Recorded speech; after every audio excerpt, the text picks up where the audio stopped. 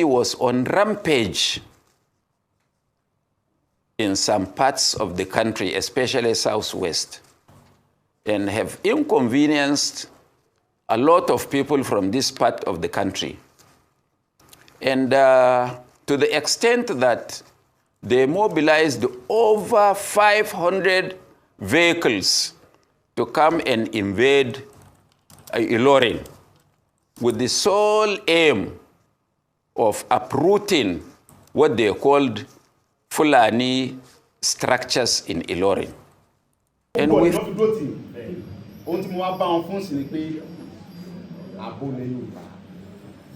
báwo lẹ ṣe fẹ́ bá wa sí kábíyèsí báwo lẹ ṣe tì wá lẹ́yìn lẹ sọ fáwọn tó yẹ kẹ́ bá wa sọ fún security ilẹ̀ Yorùbá yìí kí wọ́n pèlè wa lọ́wọ́ ìyẹn báyìí ìkejì kan yọ wọ́n tẹ̀lé kúrò lórí mi ò pààyàn mi ò jáde kan sí àkáǹtì kí wọ́n fì mí kí ni mo ṣe ọmọ Yorùbá ni mí náà ọmọ Yorùbá ni mí mi ò ṣe kankan náà. tí ìbá ẹgbẹ́ kí mílà pé kí wá ní sí. adúpẹ́ fún Olódùmarè mo kí ọkùnrin mo kí obìnrin mo kí ọmọdé bẹ́ẹ̀ ni mo kí àgbàlagbà orúkọ tèmi yí padà ọmọbìnrin Ayekooto ní mi jẹ́ mo fẹ́ fi àsìkò yìí fẹ́ fi pé ọmọ Yorùbá sí àkíyèsí pàtàkì kan eléyìí tó yẹ kí a mójútó a rí pé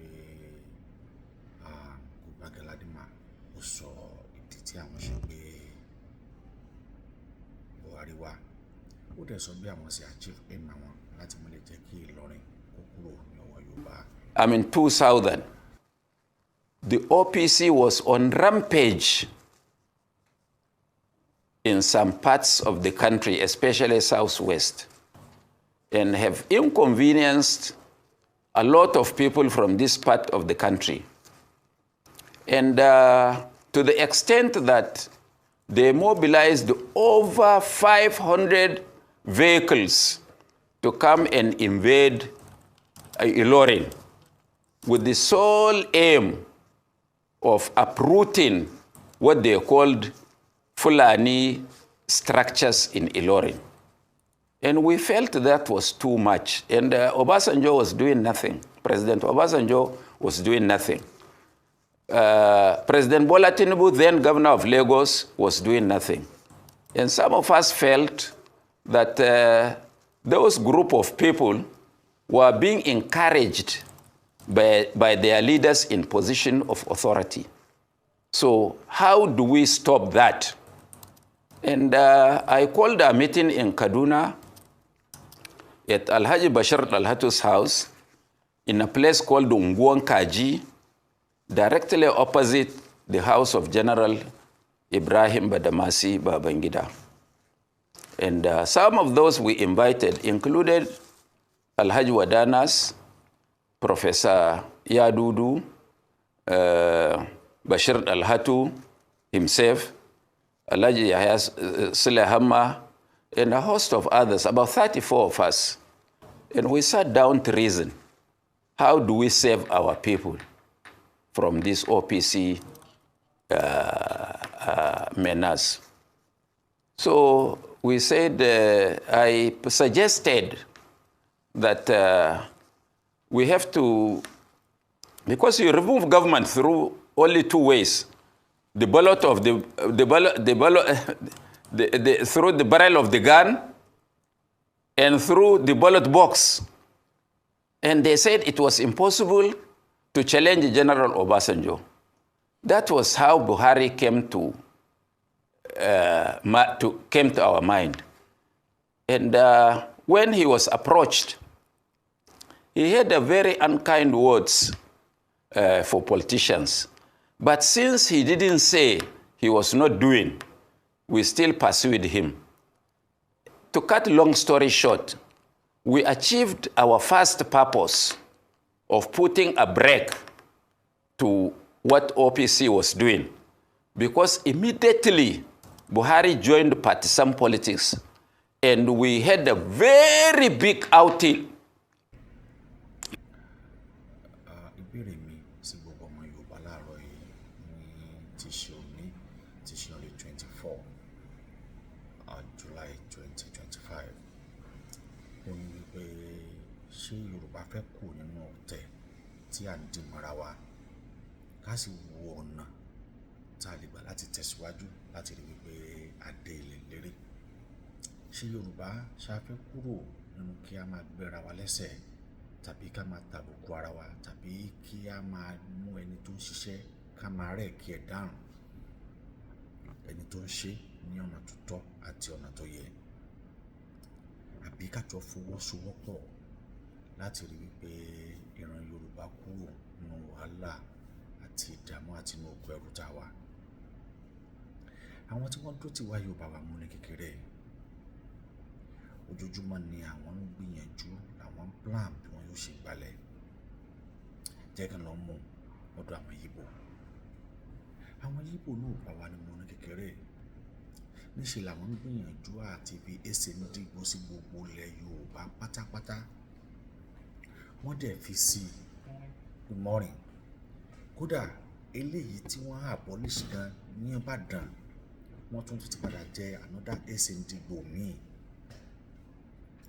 Wọ́n plant àwọn ọmọ wọn sí inú agboolé wọn, bẹ̀rẹ̀ sí ní jẹ Ezendìgbò, Ezendìgbò, Ezendìgbò Ògùn, Ezendìgbò Ọ̀yọ́, Ezendìgbò Iléṣà, Ezendìgbò Ifẹ̀. Wọ́n dẹ̀ ń jẹ́ bẹ́ẹ̀ lọ. Ẹni tó bá lọ wo list àwọn tó jẹ́ member of House Assembly tó jáde lẹ́kọ̀ọ́, bóyá about 3 or 4 days sísìn, ẹ rí àwọn ọmọ Yíbò tó wà ń bẹ̀. Okechukwu, Ọláwálé, Zidingbo, Akim. Can you imagine ó ní wọ́n ṣe miss orúkọ Yorùbá mọ́ ní orúkọ wọn? Ó dọ́mọ Yorùbá mélòó tẹ́rí tó kọrí sí ilẹ̀ Yíbò tó lọ ń jẹ́ Adéwálé Adéníyì Òkòòjù, Adéwálé Adéníyì Ògúọmá.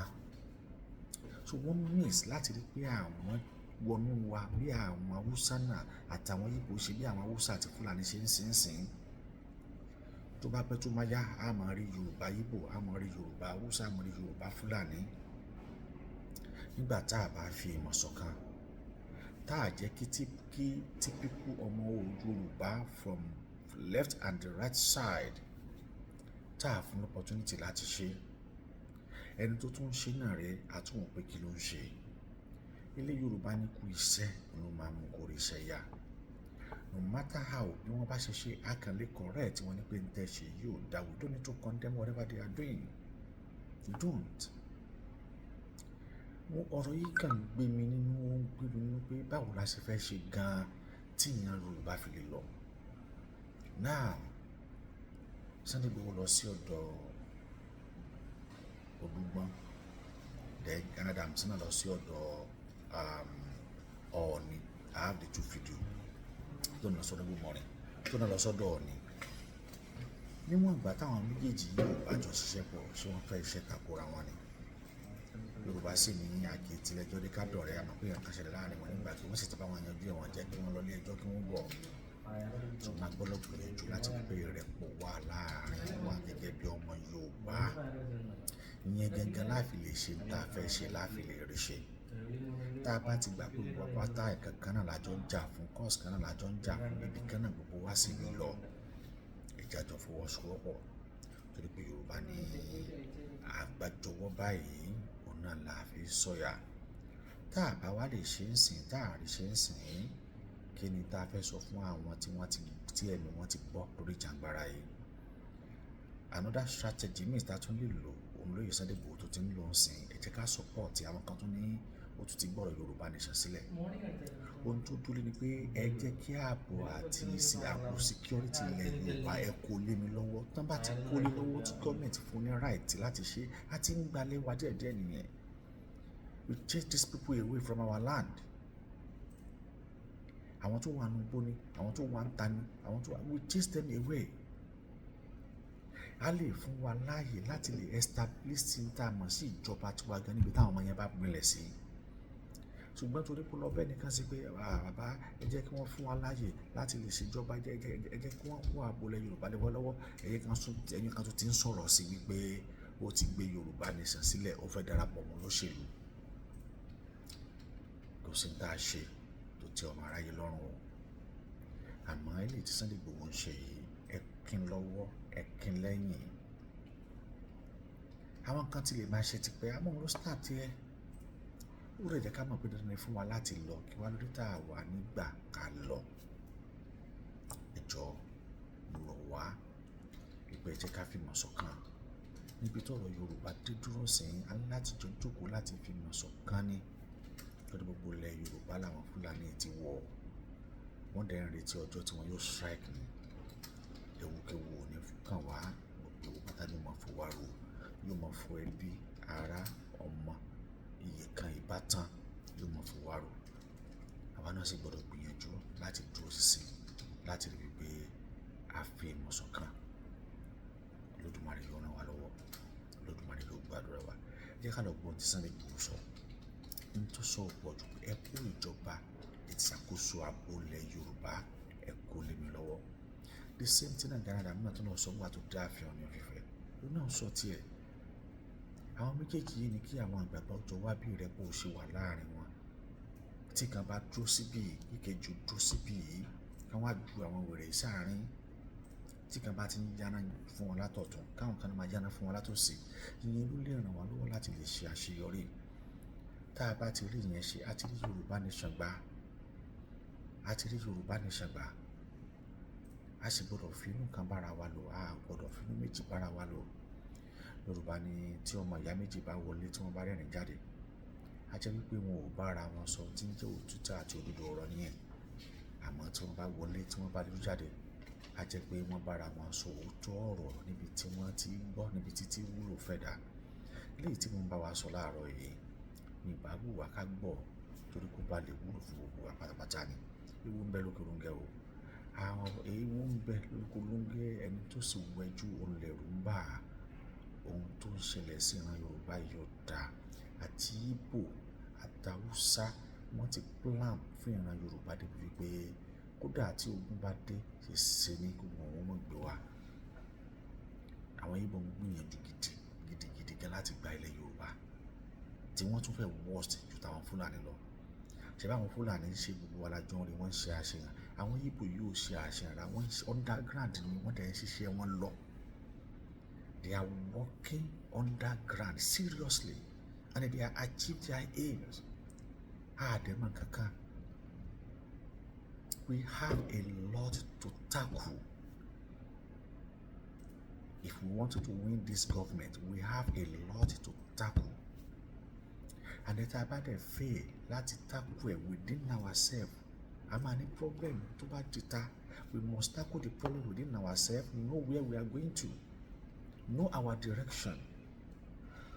if this Yoruba nation is having a problem let us just drop it let us focus on the security people are dying every day àfẹni tí ò bá rí lókù let's focus on that security tí government bá ti allow ẹ tí wọ́n ti release ká kọ́kọ́ béèrè kí wọ́n release ẹ kí wọ́n release account ẹ kí wọ́n lift embargo lórí ẹ then kó wá fi security ilẹ̀ Yorùbá kì í ṣe security ilẹ̀ Nàìjíríà ilẹ̀ Yorùbá náà ló fẹ́ dúró sí ilẹ̀ Yorùbá náà ló ti fẹ́ ṣiṣẹ́ eléyìí á lè ràn wá lọ́wọ́ láti rí iṣẹ́ yẹn ṣe dáadáa ìyẹn gẹ́gẹ́ ló máa jẹ́ ká lè rí Yorùbá nation gbà ó ìyẹn gẹ́gẹ́ ló máa jẹ́ ká lè rí Yorùbá nation gbà ọ̀rọ̀ yẹn kàn gbé ó gbé mi nínú láti jẹta torí Sunday Igboho ti lọ tàdéwó dẹ́pọ̀ wípé àkí ló lọ ṣe kò yẹ kó lọ bẹ̀bẹ̀ bí àwọn ní ò ṣe nílò bọ́ba ọba náà lèèyàn máa ń sá tó ọba lèèyàn máa ń sábà àwọn ọba yìí ló bá pẹ̀tù sórí àwọn tó bá yẹ kán pẹ̀tù sí ẹ release ẹ kan tí ẹ mọ̀ ọmọ onílé ọlọ́nà látọdún mélòó tó dẹ̀ tí ò lè sunlé tó kọ́ tó dẹ̀ tí ò lè náwó tó wà nínú àkáǹtì ẹ̀ so the topic is feeding from one hand to another and he has the money in his own personal account he cannot use it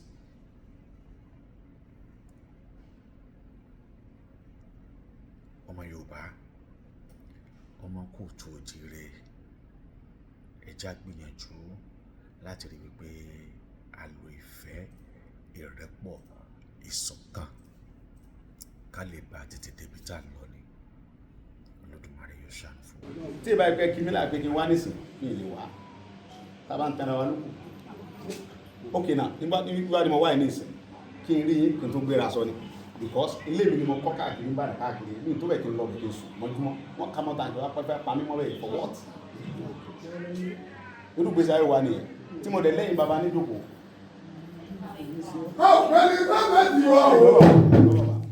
ìyẹn bẹnu tí mo dẹ̀ mọ̀ pé tí n bá sunkún wá báyìí ìkẹtẹ lágbára ní náà because ẹ mọ̀ pé wèrè sún tó bá sún kàn kiri wèrè lè tẹ̀. kí ni wọ́n tẹ̀lé tó ń gbé sórí mi ò lè gbá pálí nàìjíríà mi ò lè sìn kankan mo apply pálí nàìjíríà nílùú ìbò wọn náà ban mi pé wọ́n tẹ̀lé mi wọ́n sọ fún german wọn kọ́ lẹ́tà yẹn wà lọ́wọ́ mi tí Nigerian government embassy kọ sí german government pé àwọn ò lè fún mi ní passport wípé Buhari government wọ́n tẹ̀lé mi in the free so tí ìbá ẹgbẹ́. Yorùbá ní àbọ̀rọ̀ báyìí lásán ọmọlúwàbí tó bá dẹnu àmà tó dìde àbọ̀rọ̀ ilé tí mo wí láàárọ̀ yìí gbogbo ẹnikẹ́ni tó bá gbọ́ ètò yìí tó bá wò ẹ jẹ́ kó tẹnu yín ẹ jẹ́ kó